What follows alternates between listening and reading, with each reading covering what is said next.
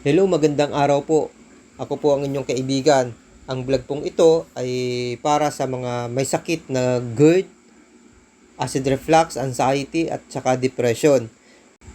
Ako po ay matagal na pinahirapan ng sakit na to at sa awa po ng Diyos, sa haba po ng panahon na aking tiniis ay gumaling ako. At simple lang po pala ang paraan para gumaling sa sakit na to. Marami pong mga doktor, marami pong mga hospital, marami pong treatment ang ginawa sa akin.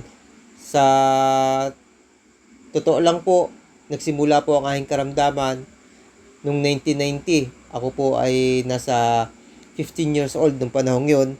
At umabot po sa panahon na ito na sa kalukuyan po ay nasa 3 taon na po ako na okay.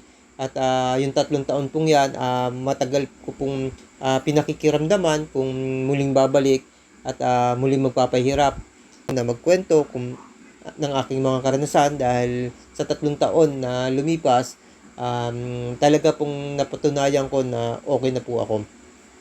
Alam niyo po ba kung saan nanggaling ang sakit ninyo at ano po ang pinagmulan? Simple lang po, dahil sa mabilis na pag-unlad ng ating bayan, nababago po ang ating lifestyle. Nagsisimula po ang mga sakit natin sa lifestyle disease at nauuwi sa mga malalang mga karamdaman. Kaya bago pa man humantong sa mas malalang karamdaman, ayusin na natin ang ating lifestyle.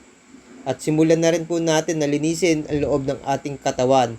Dahil alam niyo po ba na marami pong mga chemical at toxic ang nasa sa loob ng ating katawan. Kaya samahan niyo po ako sa mga vlog na gagawin ko para sa kagalingan ng inyong mga nararanasan at nararamdaman.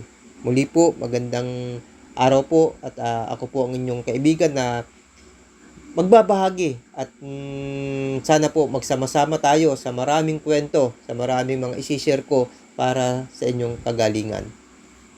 Ingat po tayo at panatiliin po natin ang tamang nutrition na siyang nababagay at naaayon para sa ating kalusugan, hindi po ang chemical.